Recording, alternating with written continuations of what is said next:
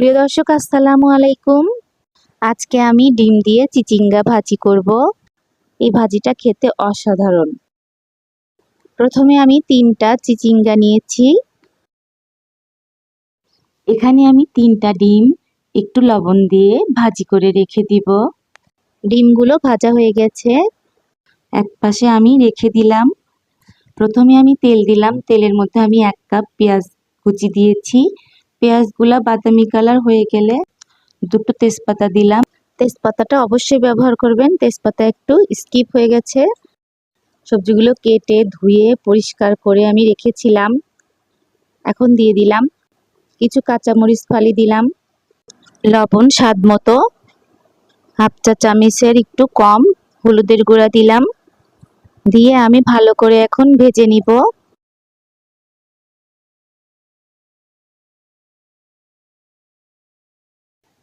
এখন আমি যে ডিমগুলো ভেজে রেখেছিলাম সেগুলোই দিয়ে দিলাম, একটু নেড়ে চেড়ে নিলাম।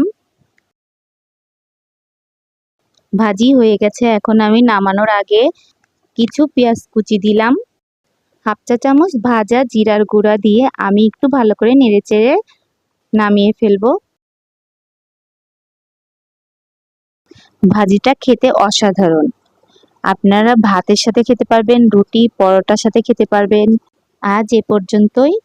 সবাই ভালো থাকবেন, সুস্থ থাকবেন। আল্লাহ হাফেজ।